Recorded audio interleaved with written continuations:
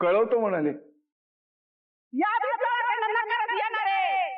माझा शाप आहे, शाप. या घरात एकही पोरगी चूल म्हणून येणार नाही. अरे आला विमान. मला तुमच्याकडनं ही अपेक्षा नव्हती. काय झालं? गोल्ड मेडल मिळालं म्हणून काय झालं? तुम्ही तुमच्या मुलीला काही एक्सपोजरच दिलेलं नाही. बाहेरचं जग कसं असतं, तिथे कसं बोलायचं असतं, लोकांना सिच्युएशनला कसं फेस करायचं असतं, काहीही माहिती नाहीये तिला. पण मला तिला एक्सपोजर द्यायला आवडेल. अवनी, बरोबर घेतलं ना मी नाव? To clever. इतक्या हुशार मुलीने माझं जग बघायलाच हवं. तयार आहे मी अवनीशी लग्न करायला.